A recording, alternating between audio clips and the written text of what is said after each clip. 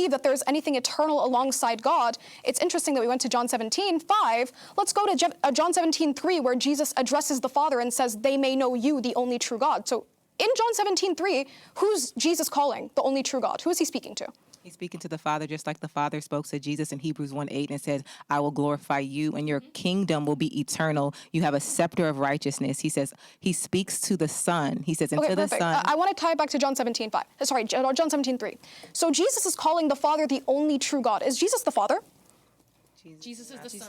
Okay, so he's not the Father then. So if Jesus is calling the Father the only true God, and Jesus is not the Father, then Jesus is not the only true God, as per his own words. But you touched on Hebrews, right? I have a question. Who wrote the book of Hebrews? I believe it's Paul, but no one knows necessarily. Okay, perfect. So why should I accept the book of Hebrews as divine revelation if we don't know who wrote it? Do you know who wrote Revelation? Yeah, according to you, it's John. Okay. Okay, perfect. So according to you guys, John wrote the book of Revelation. So again, I want to ask my question. Why do we accept Hebrews as divine revelation when we don't know who wrote it?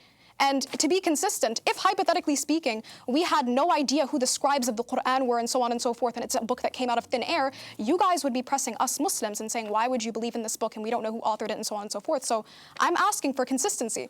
Why do you believe in the book of Hebrews if you don't know who wrote it?